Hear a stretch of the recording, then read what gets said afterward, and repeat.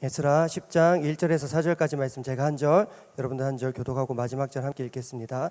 에스라가 하나님의 성전 앞에 엎드려 울며 기도하여 죄를 자복할 때에 많은 백성이 크게 통곡하며 이스라엘 중에서 백성의 남녀와 어린아이의 큰 무리가 그 앞에 모인지라.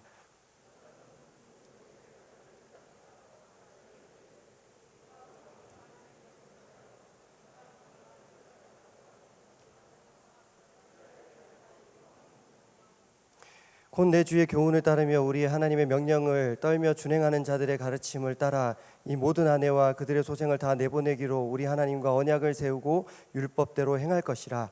이는 당신이 주장할 일이니 일어나소서, 우리가 도우리니 힘써 행하소서 하니라. 아멘.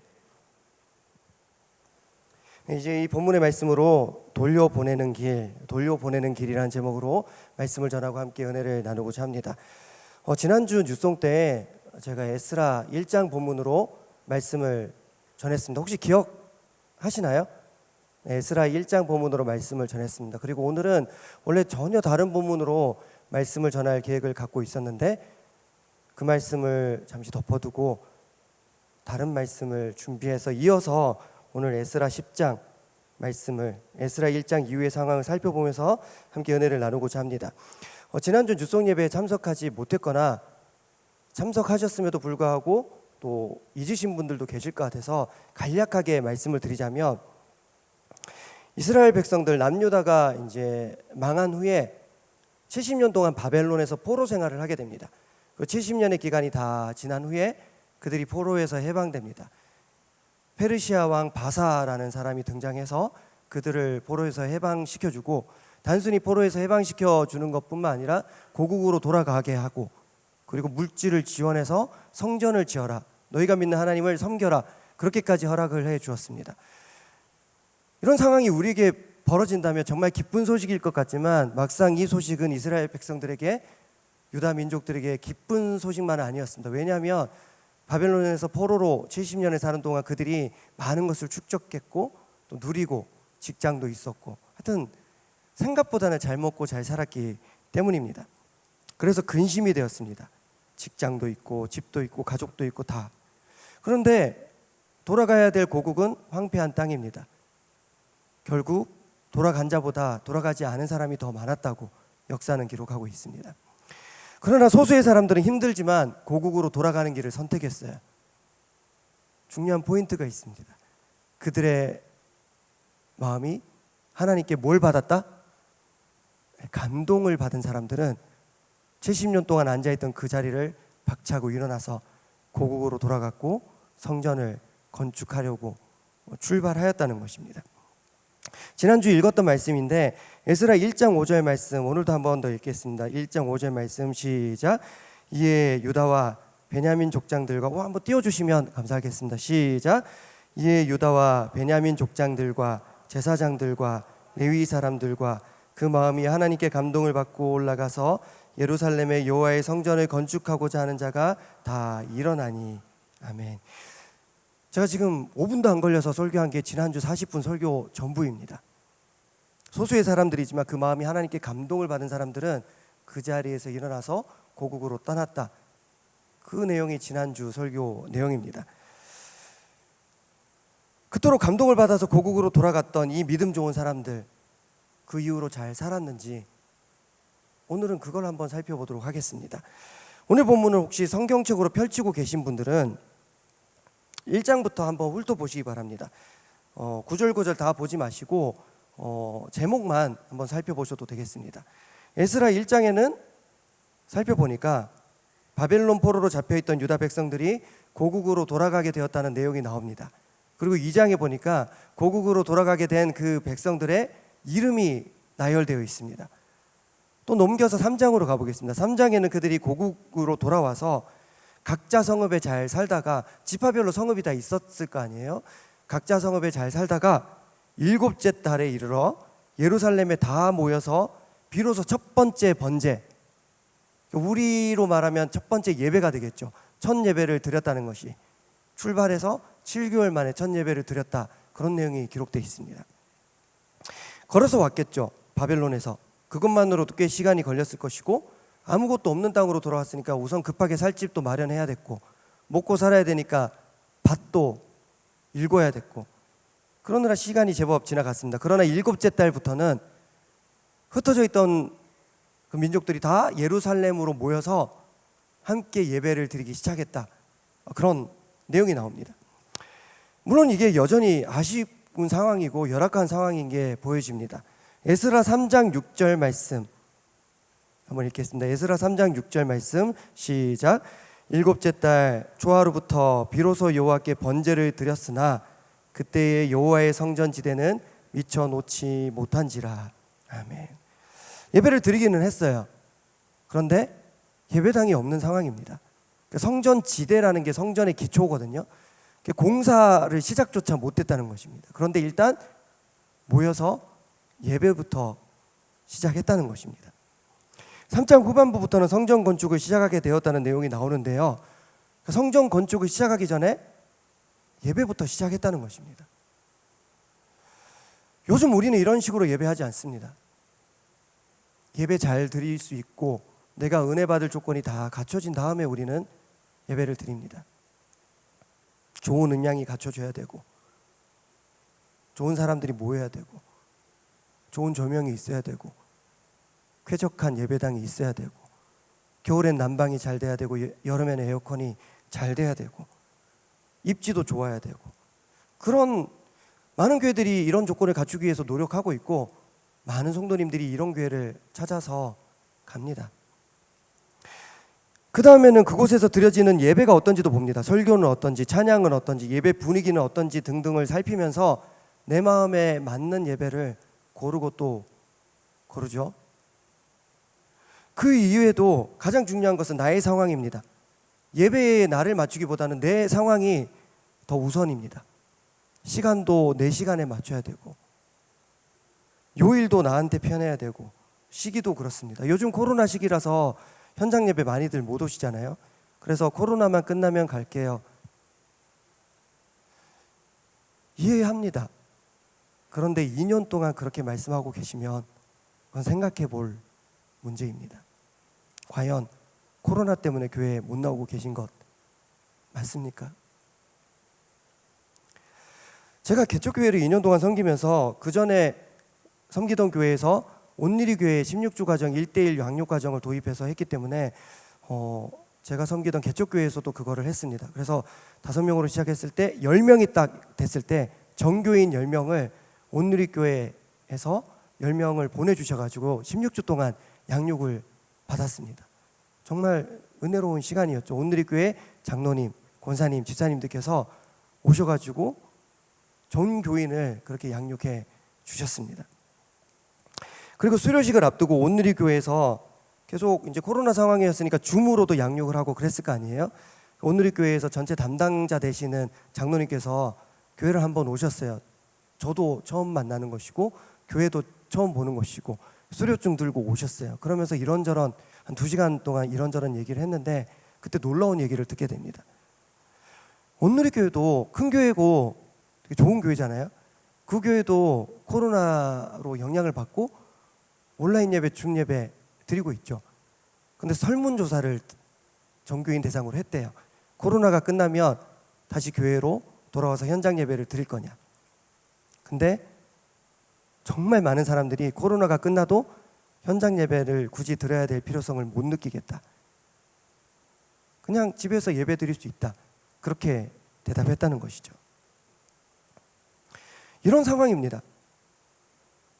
근데 오늘 본문을 보십시오. 고국으로 돌아와서 모든 것이 다 부족하고 어려운 상황이고 예배당도 없습니다. 그런데 굳이 예루살렘으로 모여요. 그리고 현장 예배를 드립니다. 우리는 이들의 예배를, 이들의 마음을 아름답게 보아야 할 줄로 믿습니다. 예배당도 없고 아무것도 없어도 일단 예배를 드리고 보는 것입니다. 저와 여러분 모두 은혜 받을 조건과 상황을 먼저 구하는 것이 아니라 일단 먼저 예배를 시작함으로 인해서 주어진 은혜가 있을 줄 믿고 달려가기를 소원합니다.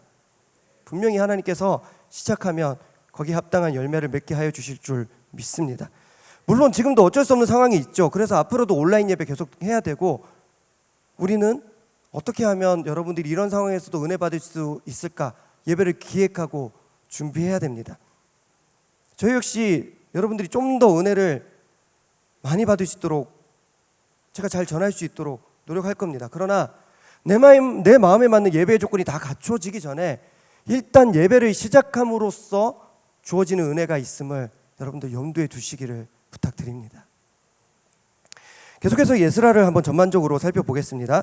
제목만 보세요. 4장에서 보니까 유다 백성들이 큰 위기를 만나게 됩니다. 성전 건축을 방해하는 사람들이 나타났습니다.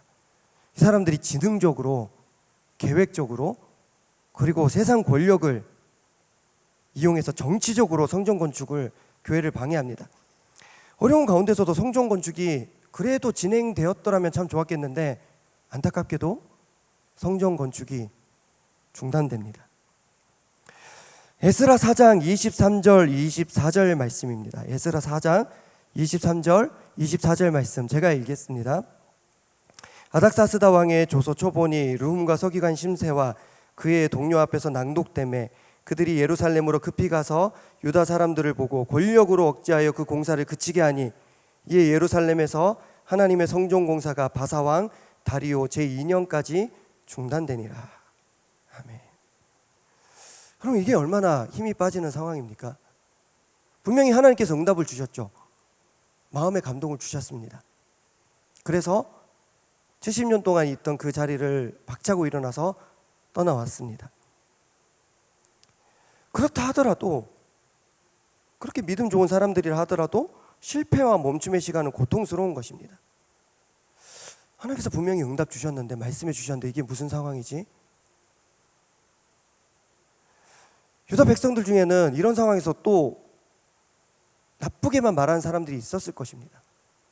하나님 뜻 아니었네. 에이, 괜히 따라왔어. 거기 있을걸. 지금이라도 돌아가자. 출애굽할 때 백성들이 모세를 향해서 불평했던 것처럼 그런 불평이 있었을 것입니다. 저 역시 이들의 마음이 어느 정도 이해가 됩니다. 저 분명히 하나님 응답에 순종함으로 5명 모인 공동체에 들어가서 함께 교회를 개척했거든요. 너무 행복했습니다. 성장했고 분위기도 좋고 한 명 한 명이 너무 귀하고 짧은 시간 안에 노예도 가입하고 교회가 설립되고 법인도 등록이 됐고, 그러나 저와 그 교회는 생각지도 못한 멈춤을 겪고 말았습니다. 그리고 저는 너무 쉽게 얘기하는 사람들을 많이 만나게 됩니다. 그거 하나님 뜻 아니었네. 황 목사 보고 거기 간 사람들 진짜 불쌍하네. 성도님들도 상처받았죠. 누가 쫓아낸 거야? 이런 식으로 얘기하는 그런 분들이 계시더라고요. 여러분들 역시 마찬가지입니다. 분명 기도하고 시작한 일인데 하나님께서 응답을 주셨는데 멈춤을, 실패를 경험할 때가 있습니다. 그럴 때 여러분들 어떻게 하십니까? 아, 하나님께서 막으시는구나 하고 포기하십니까? 아니면 더 응답 주실 때까지 계속 매달리십니까? 안타깝게도 이때도 하나님의 뜻이 아니라 내 마음이 먼저일 때가 많습니다. 내가 포기하고 싶지 않으면 멈춰줘도 계속 포기하지 않는 것이고, 내가 멈추고 싶으면 하나님께서 계속 가라고 해도 멈추는 겁니다. 하나님의 뜻은 우리가 쉽게 판단할 수 없습니다. 멈추라고 하실 수도 있고 계속 가라고 하실 수도 있고 멈췄다 가라고 할 수도 있습니다.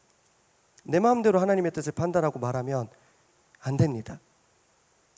에스라 5장을 가봅시다. 에스라 5장 제목이 뭐라고 되어 있습니까?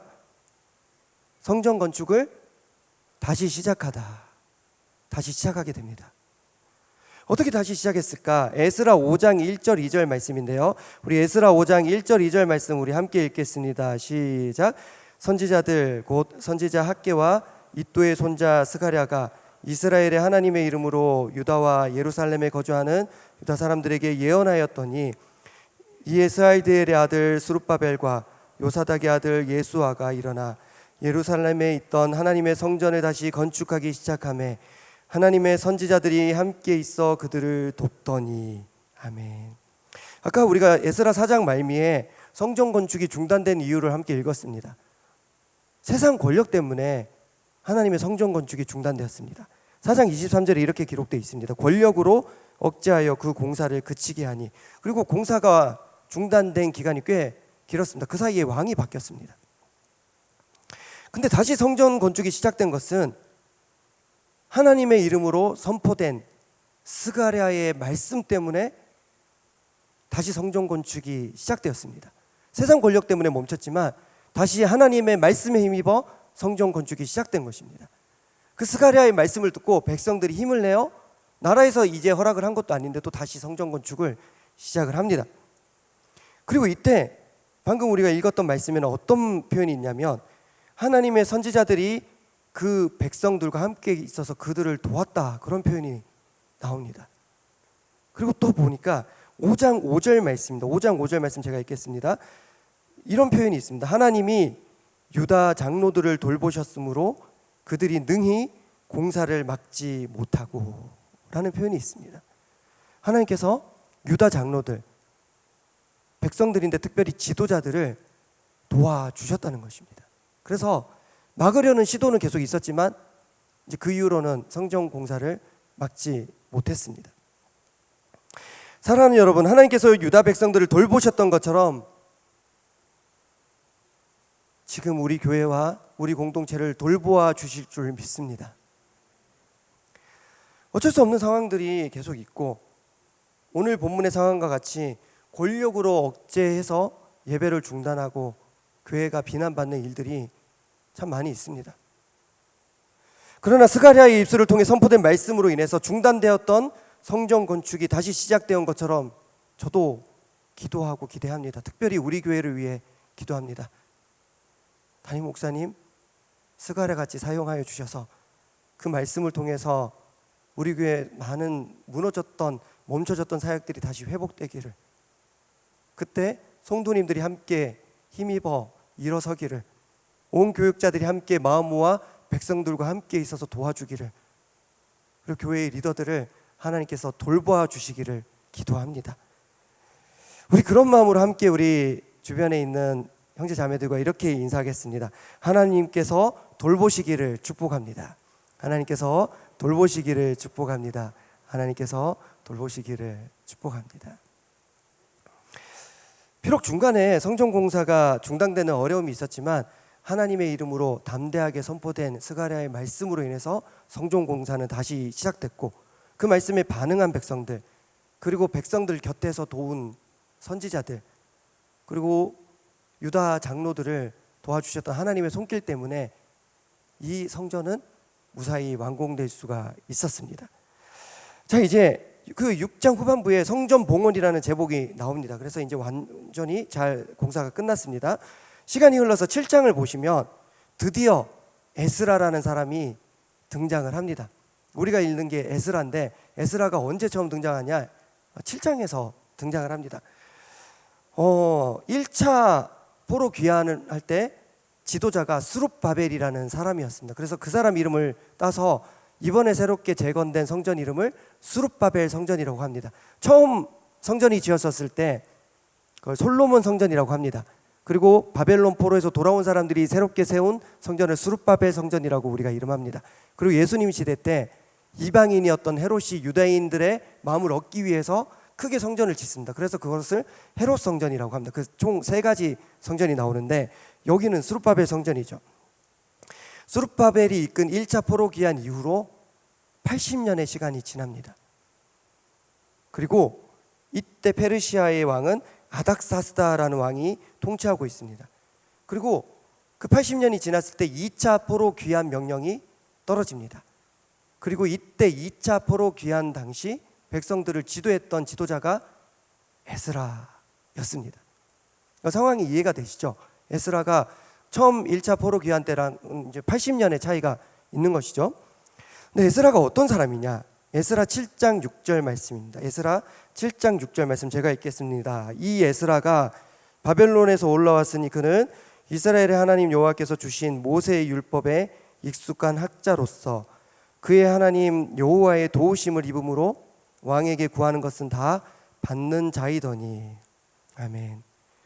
어떻게 소개되고 있냐? 일단 율법에 익숙한 학자였다고 합니다.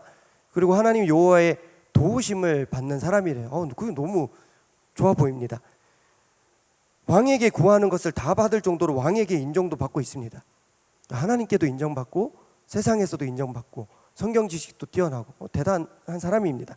근데 그런 그가 중대한 결심을 하는데 에스라 7장 10절 말씀입니다. 우리 함께 읽겠습니다. 7장 10절 말씀 시작. 에스라가 여호와의 율법을 연구하여 준행하며 율례와 규례를 이스라엘에게 가르치기로 결심하였었더라. 아멘. 참 멋진 사람입니다. 왕에게 구하는 걸 다 받을 수 있는 상태입니다. 근데 이 사람이 어떤 결심을 하냐면 말씀을 연구했어요. 근데 연구만 할 뿐만 아니라 준행했습니다. 말씀대로 살려고 노력하고 실천하는 사람이었습니다. 근데 실천만 한 뿐만 아니라 그 말씀을 이스라엘에게 가르치기로 결심합니다. 왕에게 자기가 한마디 하면 모든 것을 받을 수 있는 사람인데 그 왕의 곁을 떠나서 고국으로 돌아가기로, 그 이유는 백성들에게 하나님의 말씀을 가르치기 위해서 사명감을 갖고 돌아가기로 결심합니다.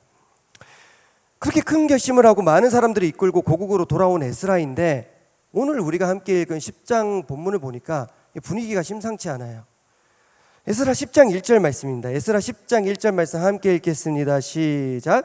에스라가 하나님의 성전 앞에 엎드려 울며 기도하여 죄를 자복할 때에 많은 백성이 크게 통곡하며 이스라엘 중에서 백성의 남녀와 어린아이의 큰 무리가 그 앞에 모인지라. 아멘. 에스라는 지금 하나님의 성전 앞에서 엎드려서 울면서 기도하고 있습니다. 쉽게 생각하면 청년부 모임을 하는데 제가 예배 와서 여러분들이 보니까 제가 계속 이 앞에서 엎드려서 울고 기도하고 있는 겁니다. 근데 그게 너무 울면서 기도하니까 어린아이 어른 할 것 없이 온 백성들이 같이 울면서 성전 곁으로 모여서 에스라를 에워싸는 상황이 생겼습니다. 그 정도로 펑펑 울면서 통곡했습니다. 도대체 1차 포로 귀환 이후 80년이 지났는데 그 사이 이스라엘 백성들에게 무슨 일이 생겼길래 고국으로 돌아온 에스라는 펑펑 울면서 회개기도 하고 있을까요? 그런데 알아보니까 이스라엘 백성들의 죄라는 것이 좀 그렇습니다. 그 죄가 뭐냐? 그 지역의 이방인들과 이스라엘 백성들이 결혼해서 살고 있더라. 그겁니다. 1차 포로 귀환 때 돌아온 이스라엘 백성들이 그 지역에 이방인들이 살고 있었으니까 같이 살았을 거 아니에요?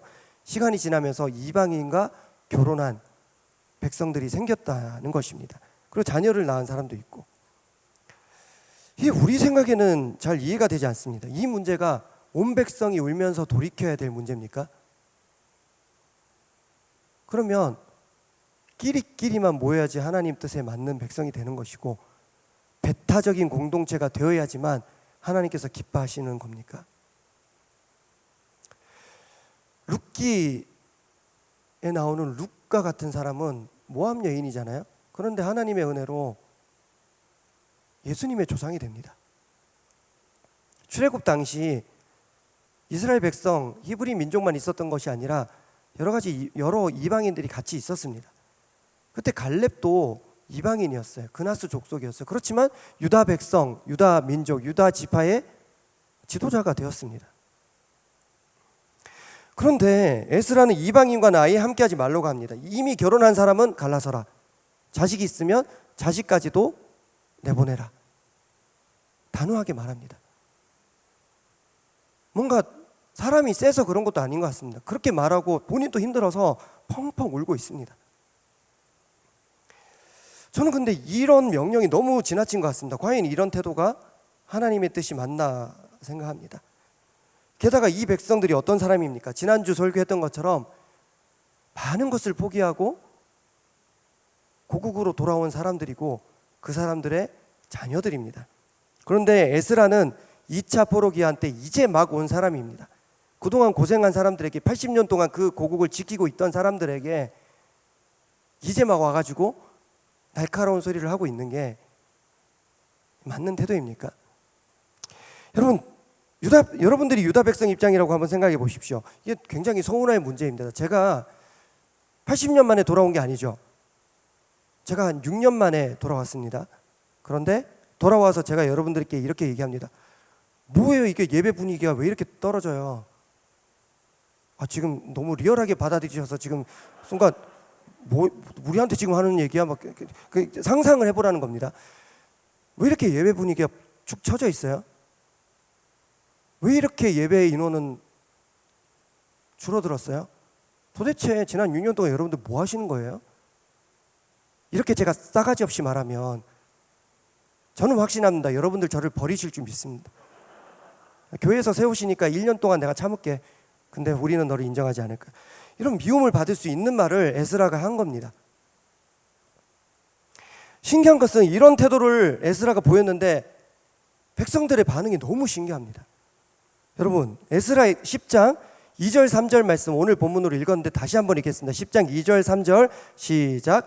엘람 자손 중 여이엘의 아들 스가냐가 에스라에게 이르되 우리가 우리 하나님께 범죄하여 이 땅 이방 여자를 맞이하여 아내로 삼았으나 이스라엘에게 아직도 소망이 있나니 곧 내 주의 교훈을 따르며 우리 하나님의 명령을 떨며 준행하는 자의 가르침을 따라 이 모든 아내와 그들의 소생을 다 내보내기로 우리 하나님과 언약을 세우고 율법대로 행할 것이라.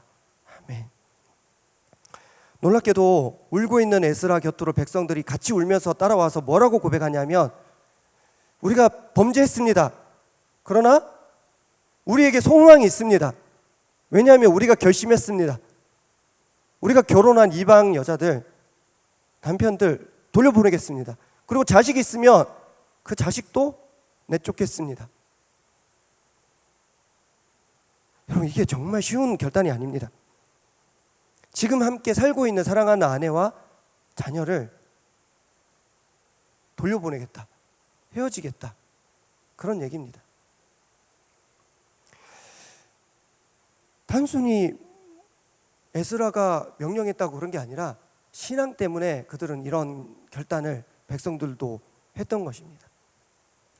제가 어릴 때 제가 뭔가 잘못을 저지르면 저희 부모님께서 저를 훈육하기 위한 방법을 한 가지 한 게 있는데, 제가 예전에도 제가 얘기한 적이 있습니다. 저희 아버지께서는 저를 목사님이시거든요. 그래서 되게 사랑으로 저를 집 밖으로 내쫓아 버리셨습니다. 내보내셨어요. 문 잠그고 들어오지 못하게. 슬피 울며 이를 갈아도 문을 열지 않아 주셨어요. 밖에서 잠들었는데 일어나 보니 방 안인 경우도 있었습니다. 그 정도로 엄하게 대하셨습니다. 이게 굉장히 잔인한 행동이죠. 물론 지금 생각해 보면 저를 겁주려고 그러셨던 것 같지만 그건 되게 무서웠던 기억이 납니다. 근데 저희 어머니께서는 아버지처럼 그렇게 단호하게 하진 않으셨습니다. 저희 어머니께서는 저를 내쫓지는 않으셨고, 제가 뭔가 잘못을 하면 자기가 집을 나가셨습니다. 근데 저는 그게 더 싫었어요. 근데 결국 그 둘 다 똑같은 거예요. 둘 다 저는 단절되는 겁니다. 제가 집 밖으로 쫓겨나든 어머니가 집을 나가든 저는 부모님과 헤어지는 겁니다. 그래서 제가 그때 결단을 내렸습니다. 나중에 내 아이에게 자식이 생긴다면 나도 그렇게 하겠다. 내 부모는 나를 채찍으로 다스렸지만 나는 정갈 채찍으로 다스리겠다. 그런 결단을 주셨습니다. 그렇게 제가 결혼했고 하나님 저에게 그렇게 할 수 있는 자녀를 둘이나 주셨습니다. 어느 해 명절에 부모님 댁에 갔습니다. 그때 첫째밖에 없었는데 애가 오냐 오냐 하니까 너무 말을 안 듣는 거예요. 평소에 잘 먹던 반찬을 안 먹는 거예요. 밥상에서 뒤집어 막 하고 할아버지한테 가고, 그러니까 제가 결단을 내렸습니다. 하나님께서 마음을 주셔. 이때다. 그래서 제가 야 나가 하고 문을 닫았어요. 나가. 처음 겪는 거죠. 펑펑 울고 들어왔는데 얘가 한 5분 후에 제가 들여보냈거든요. 근데 너무 충격받아가지고 잘못했어요. 싹싹 빌고. 너무 충격받는 것 같아서 저도 꽤 놀랐는데, 더 놀랐던 것은 저희 아버지 어머니 반응이었어요. 애가 충격받게 뭐 하는 짓이냐, 미쳤냐, 막 이런 식으로 저한테. 너무 놀랐어요. 여러분, 제가 자녀를 집 밖에 내보내는 거 제가 누구한테 배운 겁니까? 저는 배운 대로 했을 뿐입니다. 아무튼 제가 여러분들께 드리고 싶은 말씀은 이게 가족 간의 단절이 생긴다는 것 아픔입니다. 충격이 꽤 큽니다. 단 몇 분만 집 밖에 쫓겨나도 너무 아픕니다. 그런데 이제 영원한 이별을 감행하고 있는 백성들입니다. 여기서 우리가 짚고 넘어가야 할 것이 있는데요. 그것은 그들이 이런 결정을 내릴 수밖에 없는 상황에 대한 것입니다. 이 백성들이 이런 단호한, 이런 잔인한 결정을 내릴 수밖에 없었던 상황이 있었습니다. 그들은 자신들만의 배타적인 공동체를 만들기 위해서 이렇게 한 것이 아니었습니다. 그들이 인종적으로 선민 사상이나 우리 백성들이, 우리 이스라엘이 최고야, 우월감에 잡혀 있었던 것이 아닙니다. 지금 이스라엘 백성들이 그렇지만 적어도 이때의 이스라엘은 그런 상태가 아니었습니다. 그들이 이렇게 했던 이유는 단 하나입니다. 하나님의 백성으로서 생존하기 위해서 이들은 이런 결정을 내렸습니다. 바벨론에서 돌아온 백성들은 생존의 위협을 느꼈습니다. 먹고 사는 문제가 아니라, 정치적인 문제가 아니라 하나님의 백성으로서의 정체성, 거기서 위기를 겪었습니다. 돌아온 자들의 숫자는 너무 적었고 그 땅에 남아있는 자들은 혼합 종교에 물들어 있었습니다. 제사장도 없고 율법 교사도 없고. 하나님의 백성으로서 우리가 계속 살 수 있을까? 이렇게 살다 보면 진짜 가나안 주민처럼 되는 것 아닐까? 지금 우리의 모습이 신앙인 맞아? 그런 위기감을 느꼈던 겁니다. 이들은 이런 상황에서 어떻게 하나님을 향한 믿음을 지킬까 고민했습니다. 어떻게 전도할까 아닙니다. 어떻게 부흥할까 아닙니다. 어떻게 하면 예배를 좀 더 예쁘게 드릴까, 풍성하게 이벤트를 만들까, 그런 거 아닙니다. 어떻게 하면 믿고 살 수 있을까, 하나님을 버리지 않고 살 수 있을까, 이겁니다. 어떻게 하면 우리만이라도 믿음을 지킬 수 있을까. 그래서 그들은 결정했습니다. 앞으로는 이방인과 결혼하지 않겠다. 이미 결혼한 사람은 배우자를 돌려보내겠다. 자녀를 낳았으면 자식까지 같이 돌려보내겠다. 많이 욕먹었겠죠. 많은 오해를 받았겠죠. 많은 어려운 일들이 생겼겠죠. 하지만 그 어떤 일이라도, 그 어떤 오해라도, 그 어떤 욕을 먹더라도 다 감수하고 이렇게 했습니다. 이렇게 해도 내가 다시 하나님의 백성이 될 수 있다면 이렇게 하는 게 맞아. 물론 우리는 세상을 향해서 열린 공동체가 되어야 됩니다. 사랑으로 많은 백성들을, 많은 이웃들을 품을 수 있어야 됩니다. 우리 명성교회가 하는 많은 사역이 그런 구제 사역이고 돌봄 사역입니다. 하지만 열린 공동체가 되기 위해서는 전제 조건이 필요합니다. 먼저 우리가 바로 서야 되고 든든히 서 있어야 할 줄로 믿습니다. 우리가 먼저 바로 서 있어야지 열었을 때 그들을 제대로 품을 수 있는 것이지, 먼저 서 있지 않으면 그렇게 할 수 없습니다. 하나님의 백성으로서 정체성이 분명해야 되고, 믿음을 위해서는 아까운 것이 전혀 없어야 되고, 혹시 하나님과의 관계에 있어서 방해가 되는 것이 있다면 돌려보낼 줄 알아야 됩니다. 그래야지 열린 공동체가 될 수 있는 것입니다. 이것이 없는 상황에서 열린 공동체, 그거는 그냥 줏대 없는 공동체고 이리저리 흔들리는 공동체입니다. 말씀 서두에 원래 오늘 전하려고 했던 말씀을 이게 아니었다고, 원래 에스라 본문을 한 번도 볼 생각이 없었다고 말씀드렸습니다. 그런데 갑자기 제가 에스라 본문으로 한 번 더 말씀을 전하게 되었습니다. 이유가 있습니다. 그 이유는 제가 아직 우리 공동체를 완전히 파악한 것은 아닙니다. 이제 임명난 지 일주일밖에 안 지났습니다. 하지만 제가 느낀 우리 공동체의 위기와 관련된 것입니다. 지난주 유송 예배 팀 배치 없이 예배 드렸죠. 그리고 오늘부터 팀끼리 모여서 예배를 드릴 수 있을 것입니다. 그런데 오늘도 소속된 팀이 없는 지체들이 있을 것입니다. 그런 지체들이 몇 있는 정도가 아니라 제법 됩니다. 누락된 지체들도 있고, 이중으로 등록돼서 청년부에도 교적에 등록되고 대학부에도 교적에 등록된 지체들도 있습니다. 혹시라도 행정적인 실수로 그렇게 누락된 경우가 있으니까 데스크로 꼭 문의해 주시기 바랍니다. 그러나 행정적인 실수가 아니라 우리의 단호한 결정 때문에 배치가 안 된 지체들이 있음을 이 자리에서 말씀드립니다. 여러 가지 이유에서 그렇게 했습니다. 몇 년 동안 온라인이든 오프라인이든 출석을 거의 하지 않으셨거나 연락이 두절됐거나 재적을 요청하신 분들 상당수 팀 배치에서 제외하였습니다. 그리고 이 경우가 너무 민망하고 송구하고 죄송한 건데 어떤 지체들은 배치를 하지 않는 것이 우리 예배를 다시 세우는데 더 낫겠다 판단되는 지체들은 배치를 하지 않았습니다. 배치가 안 된 지체들은 이번 기회에 한번 돌아보시기 바랍니다. 과연 그동안 내가 예배를 잘 드렸는지, 그저 사람과의 관계에 치중하지 않았는지, 혹시 나 때문에 다른 누군가가 힘들진 않았는지, 나로 인해서 다른 누군가가 예배에 집중하지 못하지는 않았는지. 이번 기회에 배치가 안 된 지체들은 우선 나의 예배를 회복하는 기회로 삼아 주시기를 부탁드립니다. 물론 이런 결정 내리는 게 쉽지가 않았습니다. 참 많은 고민이 됐고 참 많이 아팠습니다. 일단 제 성격 자체가 뭔가 단호하게 끊는 걸 잘 못합니다. 특히 사람과의 관계에 있어서는 더 그렇습니다. 오죽하면 저는 한번 사임했던 교회를 돌아올 정도로 끊는 것을 잘 못하는 사람입니다. 더구나 저는 청년들에게 뭐라고 설명해야 될까? 답을 찾기가 어려웠습니다. 스스로도 답이 안 됩니다. 지금 이게 맞는 걸까? 여전히 고민이 됩니다. 목사님, 관리가 어렵다고 팀 배치 안 해버리면 그게 교회입니까?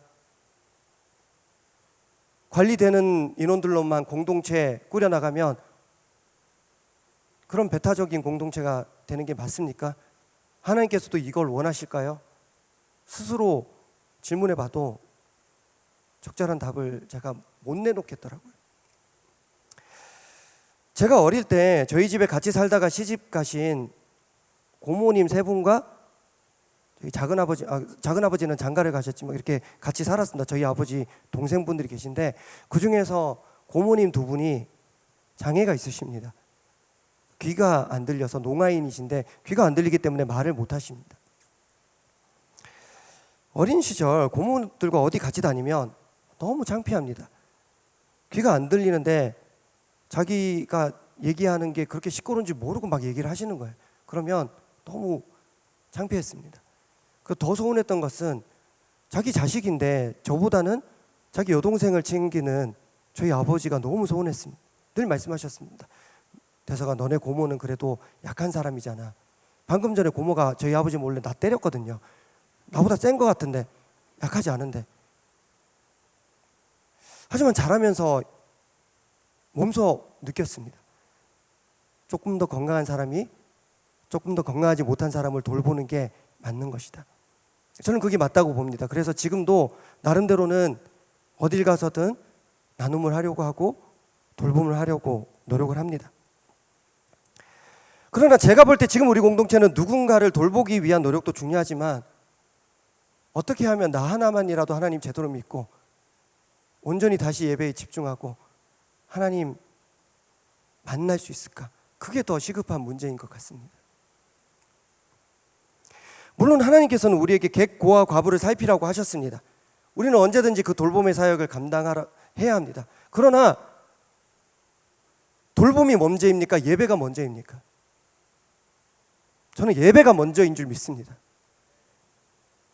예배 없이 돌봄만 하라고 하나님께서 이렇게 말씀하신 거 아닌 것 같습니다. 돌봄 역시 온전한 은혜로 내가 은혜 충분히 받아야지 감당할 수 있는 것이지, 은혜 못 받고 있으면서 돌봄만 한다면 그게 과연 맞는 것일까요? 객고와 과부를 돌보는 것도 예배 시간에 그렇게 하라는 의미는 아니었을 거라고 저는 생각합니다. 그래서 에스라는 백성들에게 펑펑 울면서 요구합니다. 이방인과 결혼해서 계속 신앙을 지킬 수 있으면 그냥 괜찮아. 그런데 전혀 그게 안 되는 거예요. 집에 다 우상들이 있고 예배 시간 제대로 안 지키고 예배가 없어지고, 그런 상황 가운데 그들에게 에스라는 요구합니다. 헤어지라고. 그들과 헤어지고 하나님과 다시 만나라고 펑펑 울면서 요청합니다. 그리고 에스라의 이 요청 앞에서 백성들도 함께 울면서 대답했습니다. 알겠다고, 헤어지겠다고, 사랑하는 아내와 자녀들과 헤어지고 다시 하나님 만나겠다고, 다시 예배에 집중하겠다고 큰 결단을 내렸습니다. 그리고 에스라 10장은 이런 게 되게 읽기가 별로 재밌는 부분이 아닌데 사람들의 이름이 쭉 나열되면서 마무리가 됩니다. 그냥 은혜 받기 쉽지 않은 부분입니다. 그런데 이들이 어떤 사람들이냐면 이방인과 결혼했는데 돌려보낸 사람들의 이름들입니다. 이 사람들이 얼마나 힘들게 아내와 자식을 돌려보냈을까 생각하면 참 가슴 아픈 부분이 에스라 10장입니다. 말씀을 맺겠습니다. 우리 마지막으로 우리 10장 4절 말씀, 오늘 본문 10장 4절 말씀 함께 읽겠습니다. 시작. 이는 당신이 주장할 일이니 일어나소서, 우리가 도우리니 힘써 행하소서 하니라. 아멘. 정작 가족들과 헤어지는 고통을 감당해야 되는 사람들은 이스라엘 백성들입니다. 그런데 너무 신기하게도 백성들이 지금 에스라를 위로하고 있습니다. 우리가 도와줄게요. 당신은 힘내라고, 우리가 감당하겠다고, 다시 일어나라고. 아마도 에스라는 백성들이 이렇게 울면서 얘기해 줬을 때 한 번 더 펑펑 울지 않았을까. 에스라에는 도와준다, 돕는다는 표현이 참 많이 나옵니다. 중단된 성전 건축 공사가 다시 시작될 때 선지자들이 백성들과 함께 있어서 그들을 도왔다, 그런 표현이 아까 나왔던 거 기억이 나실 겁니다. 그리고 하나님도 이때 유다 장로들을 돌보셨습니다. 에스라가 어떤 사람인지 소개할 때 하나님의 도우심을 입은 사람이라고 소개하였습니다. 그리고 이번에 10장 4절 보니까 백성들이 이렇게 말합니다. 이는 당신이 주장할 일이니 일어나소서, 우리가 도우리니, 우리가 돕겠다고 얘기합니다. 우연의 일치인지 모르겠지만 에스라의 이름의 뜻이 뭐냐? 여호와께서 도우신다. 그게 에스라의 이름의 뜻입니다.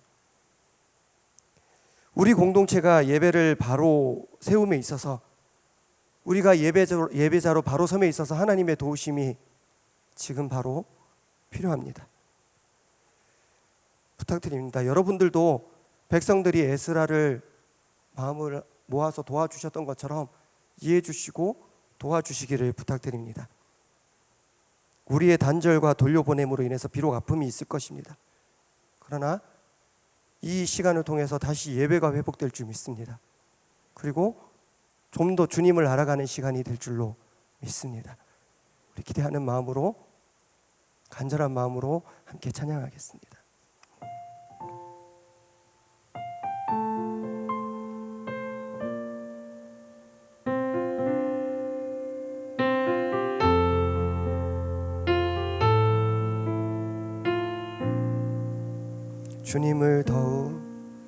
주님을 더욱 알기 원하네. 나 주님을 더욱 알기 원하네. 내 마음 다해 내 평생의 소원, 내 주님 한 분만 간절히 알기 원하네. 내 평생의 소원, 내 마음 다하여 주님을 알기 원하네. 주님을 더욱 알기 원합니다. 주님을 더욱 알기 원하네. 나 주님을 더욱 알기 원하네. 내 마음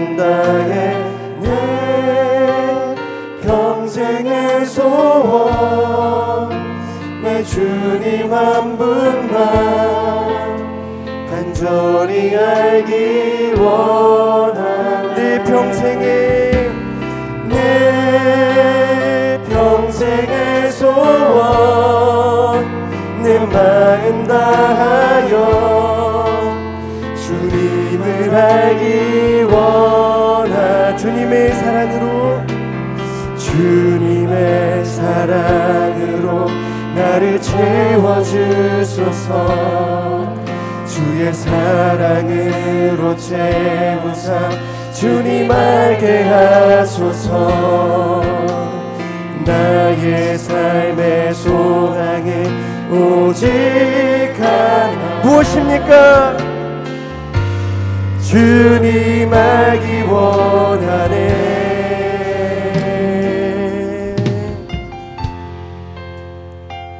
여러분, 주님을 더 알기를 바라는 마음으로 이 찬양을 부르기를 원합니다. 여러분들의 관계 가운데, 상황 가운데 돌려보내야 될 것이 무엇인지 생각하면서 이 찬양을 부르기를 원합니다. 우리 예배 가운데 예배가 아닌 것들이 가득 차 있음을 느낍니다. 다시 한번 주님만으로 예배를 채우는 시간이 되기를 바랍니다. 주님의 사랑으로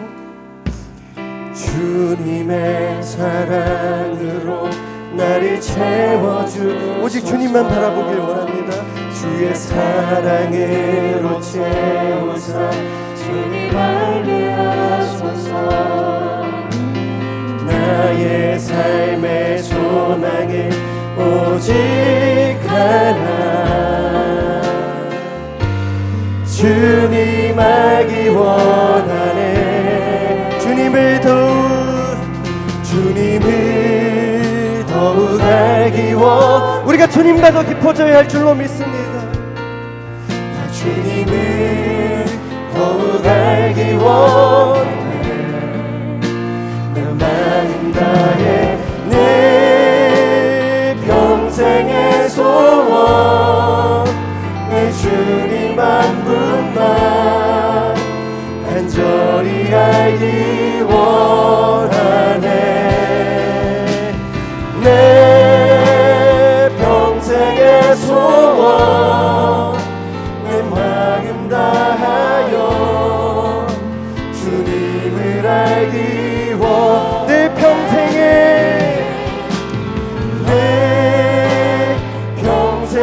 소원 내 주님 한 분만, 내 주님 한 분만 간절히 알기 원. 내 평생의 소원 내 마음 다하여 주님을 알기 원. 내 평생의 소원 내 평생의 소원 내 주님 한 분만, 내 주님 한 분만 간절히 알기 원하네. 내 평생의 소원 내 마음 다하여 주님을 알기 원하네. 주님을 더욱 알기 원하네. 주님을 더욱 알기 원하네. 주님을 더욱 알기 원하네. 주님을 더욱 알기 원하네. 주님을 더욱 알기 원하네. 주님을 더욱 알기 원하네. 주님을 더욱 알기 원하네. 주님을 더욱 알기 원하네. 우리 이 시간 하나님과의 관계를 생각했을 때 지금 나에게 있는 것들, 내가 누리고 있는 것들 중에 돌려보내야 할 것이 무엇인지 돌아보시기 바랍니다. 주님을 더욱 사랑하려면, 주님을 더욱 알기 위해서라면 돌려보내야 할 것들이 분명히 있을 것입니다. 우리 이 시간 기도할 때 주님, 나에게 돌려보낼 수 있는 믿음을 허락하여 주시옵소서. 돌려보내는 길이 너무나도 아프겠지만 그 길을 통해 하나님께서는 나에게 더 가까이 다가와 주실 줄 믿사오니 돌려보낼 수 있는 마음을 주시옵소서. 우리 이 시간 각자에게 있는 돌려보내야 할 것들을 고백하면서 우리 회개하면서 주님의 이름 한 번 힘차게 붙잡고 기도하겠습니다. 주여, 주님을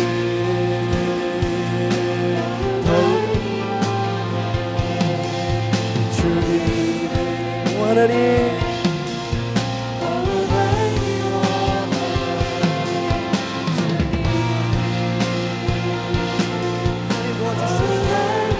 하나님 우리 마음이 온전히 주님 앞에 집중할 수 있도록 도와주시옵소서. 오 하나님,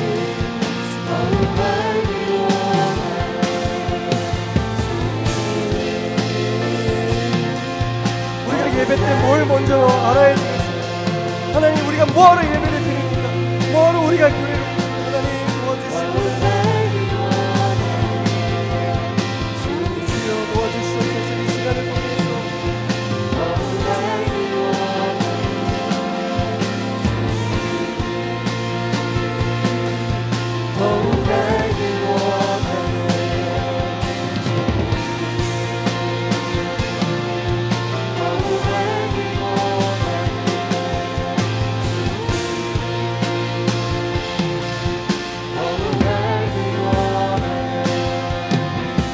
주님의 사랑으로 나를 채워주소서. 주의 사랑으로 채우사 주님 알게 하소서. 나의 소망은, 나의 삶의 소망은 오직 하나, 주님 알기 원하네. 주님을 더욱 알기 원해. 나 주님을 더욱 알기 원해. 내 마음 다해 내 평생의 소원, 내 주님 한 분만 간절히 알기 원하네.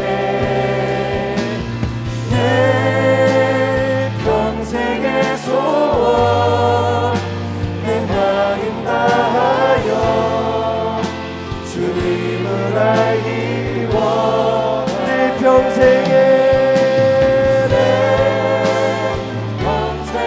소원, 내 주님 한 분만, 내 주님 한 분만 간절히 알기 원하네.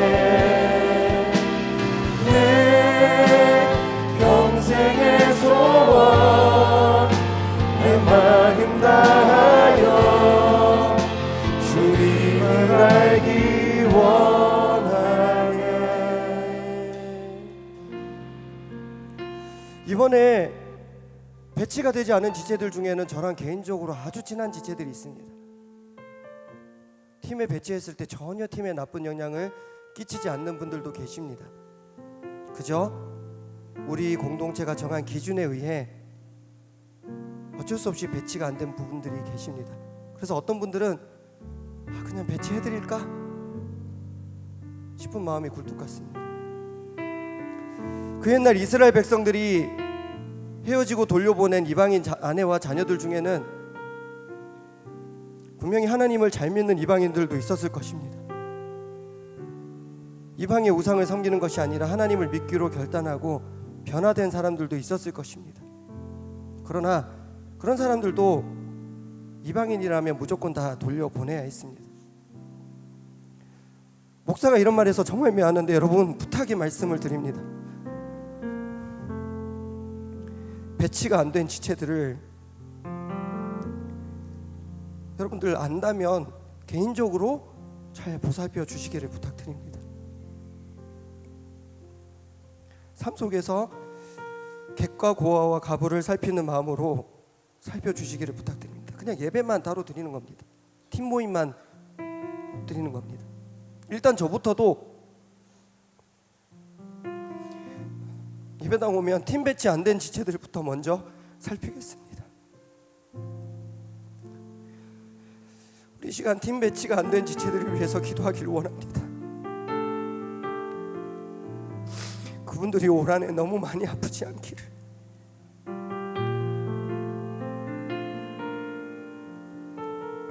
그리고 그 지체들도 이번 기회를 통해서 예배가 더 깊어지는 시간이 되게 해달라고, 우리 공동체가 이 아픈 결단을 통해서 더 훈련되고 성장하게 되기를.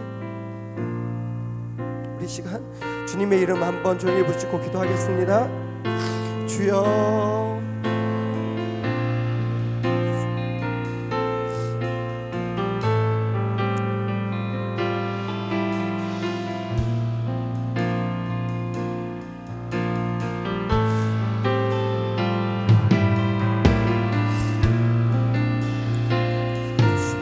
하나님 용서해 주시옵소서. 하나님, 우리의 힘이 부족해서 우리가 여력이 되지 않아서 돌봐야 될 사람을 돌보지 못하는 우리의 현실 가운데 우리를 용서해 주시고 우리에게 다시 그런 역량이 키워질 수 있도록 잠시 예배에만 집중하고자 하오니 주여 도와주시옵소서.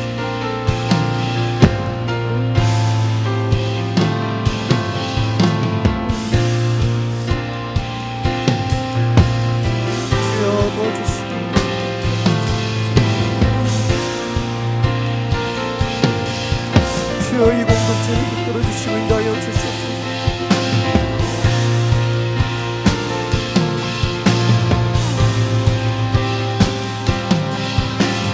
주님의 사랑으로 나를 채워주소서. 주의 사랑으로 채우사 주님 알게 하소서. 나의 삶의 소망은 오직 하나. 우리가 먼저 주님을 바라봐야 됩니다. 주님 알기 원하네. 주님을 더욱 알기 원하네.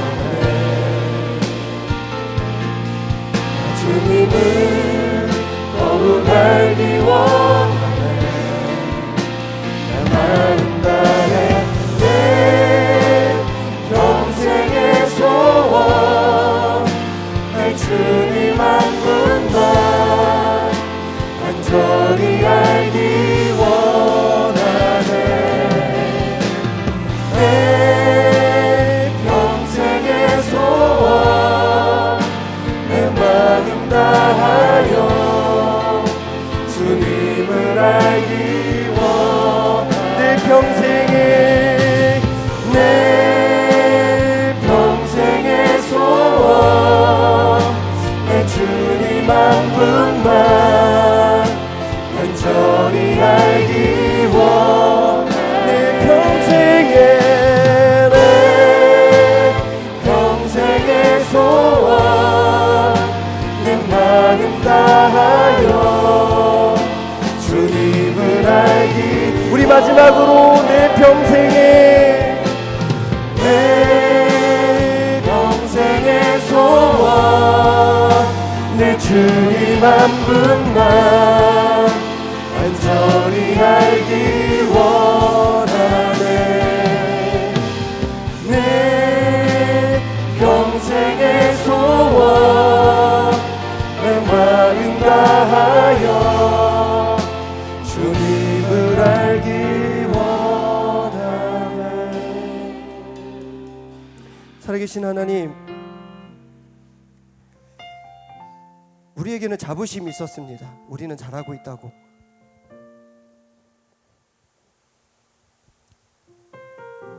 그렇게 대단했던 믿음의 사람들이 80년이 지나서 변질되었던 것처럼, 무너졌던 것처럼 알게 모르게 우리에게도 무너짐이 있었음을 이 시간 회개하며 고백합니다. 우리가 결단하고자 합니다. 하나님보다 더 소중한 것이 있다면, 하나님과의 관계에 방해되는 것이 있다면, 돌려보내야 될 것이 있다면 과감히 돌려보낼 수 있도록 주 인도하여 주시옵소서. 하나님, 그 과정에서 2022년 뉴송 제2 청년부 공동체는 너무 잘 이해가 되지 않지만 큰 결단을 내립니다. 예배에 더 집중하기 위해서 팀 배치에 제외되는 지체들도 있습니다. 우리의 역량이 그들 다 돌보지 못해서 이렇게 됐음을 알기에 주님 송구하고 용서하여 주시옵소서. 그러나 다시 예배가 바로 세워져서 우리가 든든히 선다면 힘있는 열린 공동체가 될 줄로 믿사오니 2022년 우리 예배 가운데 우리가 바로 서게 하여 주시고 다시 우리의 역량이 성장하게 하여 주시고 모든 지체들을 품을 수 있는 공동체가 되게 하여 주시옵소서. 특별히 이번에 배치가 안 된 지체들 주여 위로하여 주시고 하나님께서 유다 백성들을 살펴주셨던 것처럼 보살펴 주시고 돌보아 주시고 비록 팀과 떨어져서 예배를 드리겠지만 자원하는 마음으로 그런 지체들과 함께 예배드리는 지체들이 많아져서 매주 단 한 주도 빠짐없이 혼자 예배드리는 일이 없도록 주여 인도하여 주시옵소서. 우리가 부족해서 이렇게라도 하지 않으면 예배가 바로 서지 못할 것 같아서 이런 결정을 내렸습니다. 주님 돌려보내는 길을 통해서 돌아와 주시옵소서.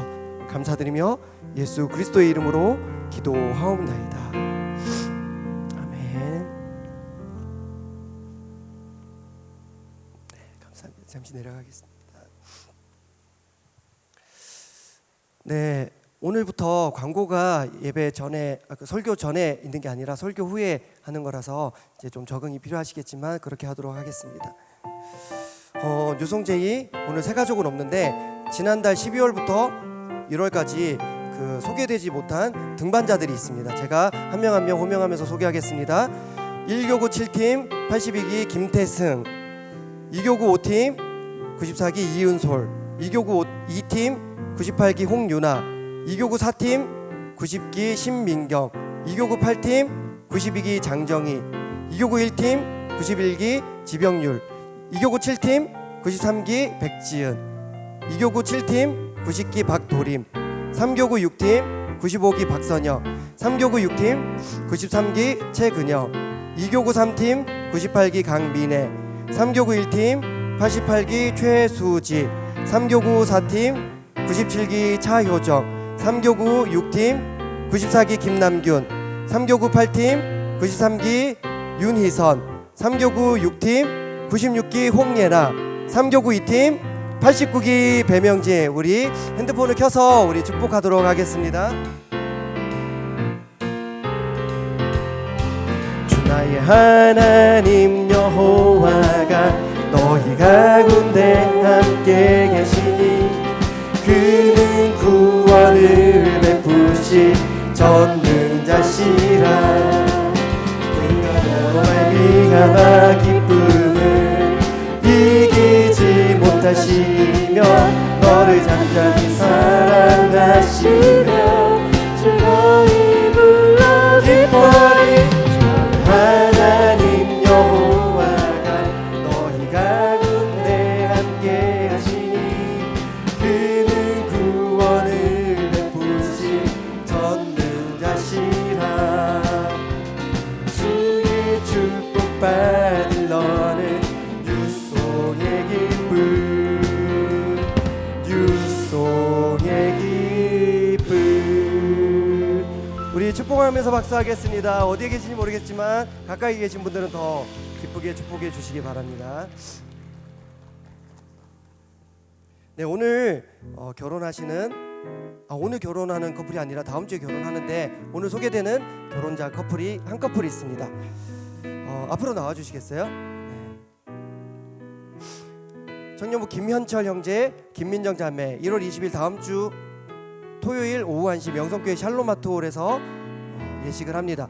1교구 5팀에서 축복 메시지를 이렇게 적어놨는데 그 누구보다도 하나님을 사랑하며 경외하는 현철 형제님과 옆에서 함께 하나님을 찬양하는 민정 자매와의 결혼을 축하합니다. 가장 귀하게 쓰임받는 믿음의 가정 되기를 소망합니다. 네, 감사합니다. 그리고 1교구 1팀 민정, 하트, 현철 결혼을 축하해요.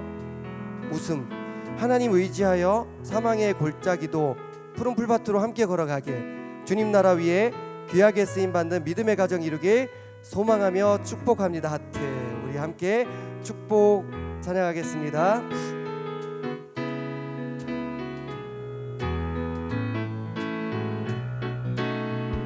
하나님의 사랑이 당신의 삶 가운데 가득하기를 축복합니다. 하나님의 은혜가 우리 가운데 가득하길 기도합니다. 우리 다시 한번 하나님의 사랑이 당신의 삶 가운데 가득하기를 축복합니다. 하나님의 은혜가 우리 가운데 가득하길 기도합니다. 가득하길 기도합니다. 가득하길 기도합니다. 우리 박수하겠습니다. 제가 잠시 기도하겠습니다. 살아계신 하나님 감사합니다. 오랫동안 준비하여 왔고 마음을 모아왔던 현철 형제, 민정 자매 결혼 예식을 일주일 앞두고 있습니다. 축복하여 주시고 두 사람의 걸어가는 길이 행복한 걸음이 되게 하여 주시옵소서.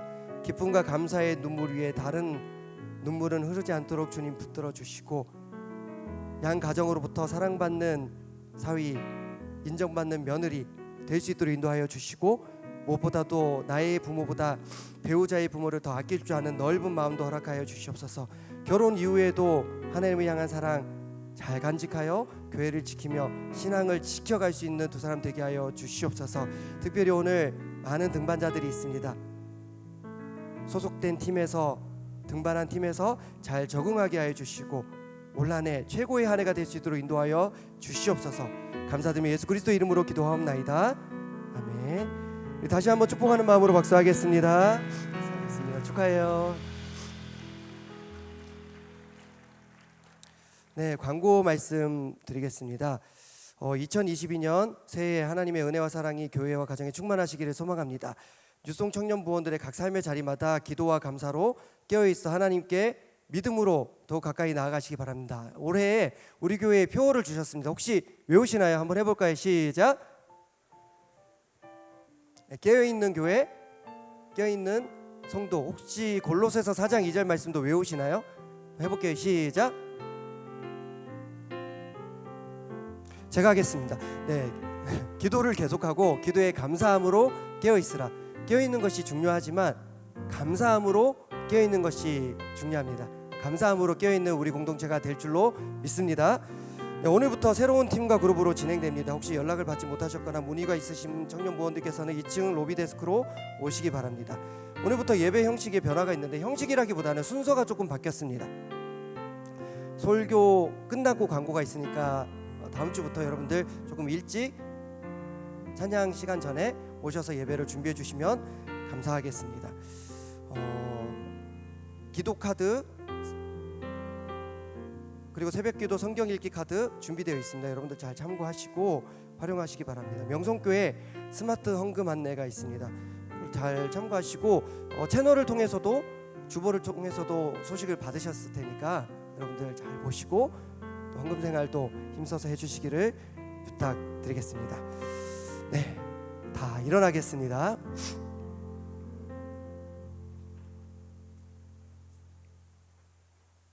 우리 앞뒤 좌우 조금 밝게 해주시고, 앞뒤 좌우 우리 형제 자매들과 이렇게 인사하겠습니다. 잘 돌려보냅시다. 잘 돌려보냅시다. 잘 돌려보냅시다. 잘 돌려보냅시다. 자, 우리 한 번 더 인사하겠습니다. 하나님께 돌아가기 위해서요. 하나님께 돌아가기 위해서요. 하나님께 돌아가기 위해서요. 네, 우리 오랜만에 하는데 오직 주 함께 박수하며 워십하며 찬양하겠습니다.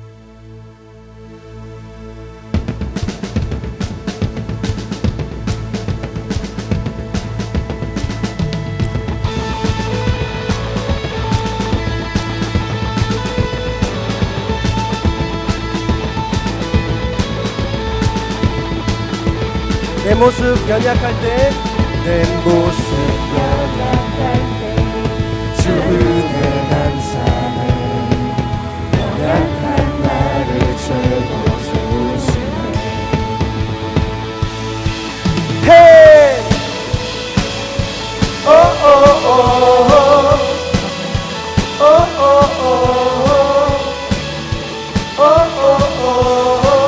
내 영혼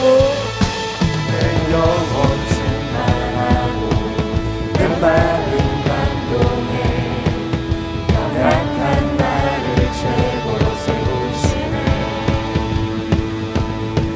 나의 미래 주 손에 내 꿈을 찾았네.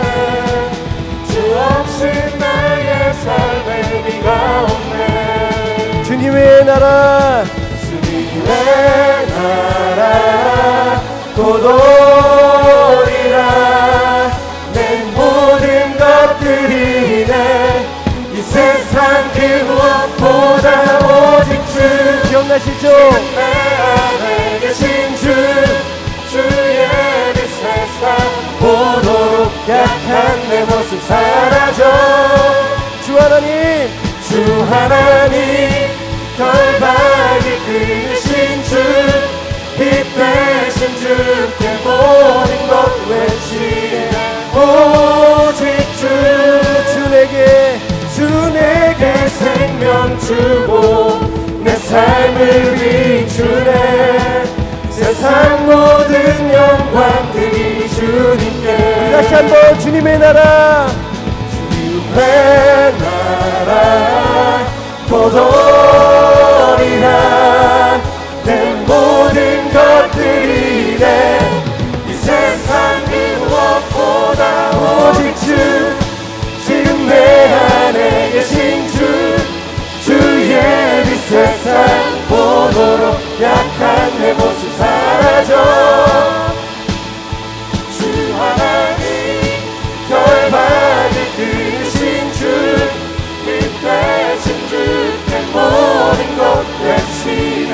오직 주.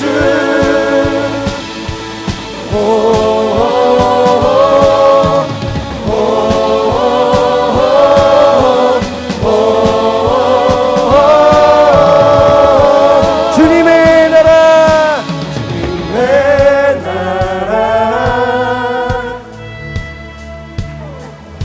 주님의 나라 주님의 나라 곧 오리라. 내 모든 것들이 내 이 세상 그 무엇보다 오직 주. 지금 내 안에 계신 주의 빛 세상 보도록 약한 내 모습 사라져. 주 하나님 결박을 끄신 주. 빛 대신 주께 모든 것 외치네. 오직 주.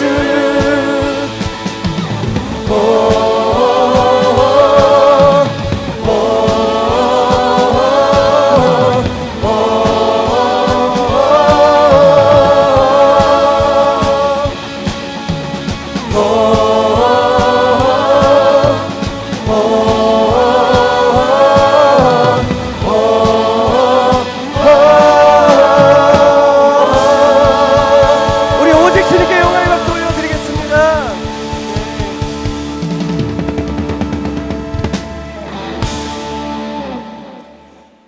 살아계신 하나님 감사합니다.